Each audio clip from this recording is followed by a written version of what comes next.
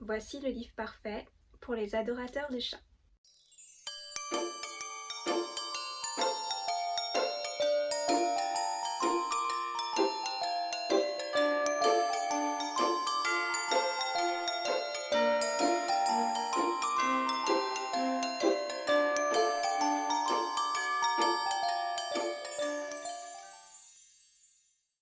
Bienvenue à des livres, c'est la chaîne du Cactus qui lit et aujourd'hui je vais parler de La légende du noble chat Pistefouet.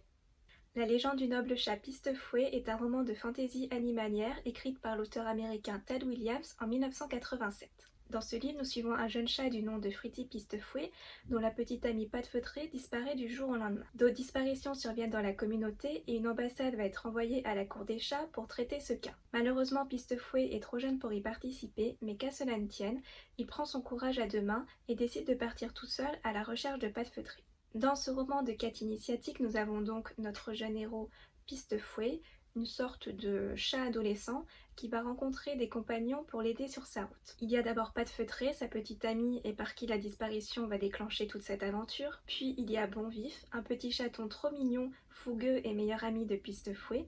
Puis enfin il y a Ombre du Toit, gracile et habile, elle ne manquera pas de courage pour aider ses compagnons dans cette histoire. Bien d'autres chats vont peupler cet univers, des chats au caractère fort, allant du plus amusant au plus grognon. Mais Pistefouet va aussi rencontrer d'autres animaux, des peuples avec qui les chats ne sont pas forcément en bons termes, écureuils, grenouilles, oiseaux ou carrément des humains.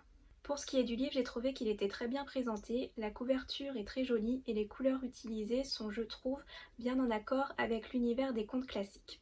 Mais l'originalité de cette histoire tient surtout dans le fait que les personnages soient des chats. Et étant fan de ces animaux, je me suis donc facilement attachée à tous nos petits personnages poilus. Mais dans ce livre, pas d'anthropomorphisme. Les chats se comportent comme les nôtres, avec toutes leurs petites habitudes très bien retranscrites. J'ai aussi adoré la vision qu'ils ont des humains qu'ils appellent les gros ou encore homo, et qui bien évidemment n'existent que pour les servir eux, les chats. Je me suis donc beaucoup amusée de leur réflexion par rapport aux humains, ou encore de leur légende qui nous explique pourquoi ils ont peur de l'eau, ou pourquoi ils ne sont pas amis avec les chiens. Ce que j'ai aimé aussi dans ce livre, c'est que l'auteur a apporté un soin particulier à tout son univers et du coup je comprends mieux pourquoi on le compare à Tolkien, car il a créé pour ses chats toute une langue, une structure hiérarchique, une cosmogonie et tout un panel de légendes, contes et chants qui fait que toute une belle poésie se dégage de ce texte. Maintenant, pour les points qui m'ont un peu moins plu, eh bien, nous avons une lutte de bien contre le mal, un schéma assez classique des vieux récits de fantasy. Là aussi, on peut le comparer à Tolkien. On a un jeune chat qui part dans une quête dangereuse, qui rencontre des compagnons sur sa route et qui va affronter des méchants dans une montagne maléfique. Et ce qui m'a un peu déçue chez Pistefouet, c'est que justement, il se laisse un peu trop porter par les autres personnages.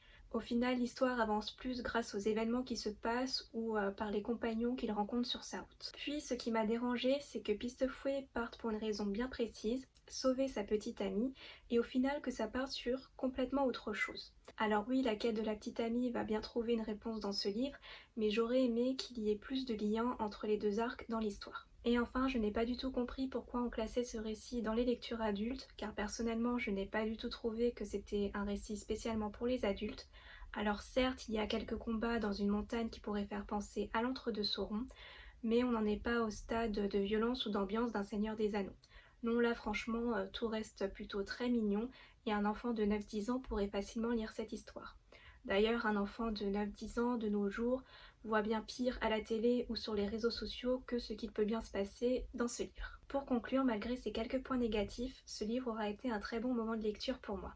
L'auteur a su nous mettre à la place des chats en retranscrivant toutes leurs petites manies. L'histoire est peut-être classique, mais l'univers en lui-même aura su me conquérir. Un récit tout en humour et en tendresse pour une jolie et poétique épopée féline. Voilà, cette vidéo est terminée, je vous remercie de l'avoir visionnée. Si vous avez lu ce livre, n'hésitez pas à me donner votre avis dans les commentaires. Et si je vous ai donné envie de le lire, je vous souhaite une bonne lecture. En attendant, si vous souhaitez faire plaisir à Cactus, n'hésitez pas à liker, partager ou vous abonner. A bientôt et prenez soin de vous.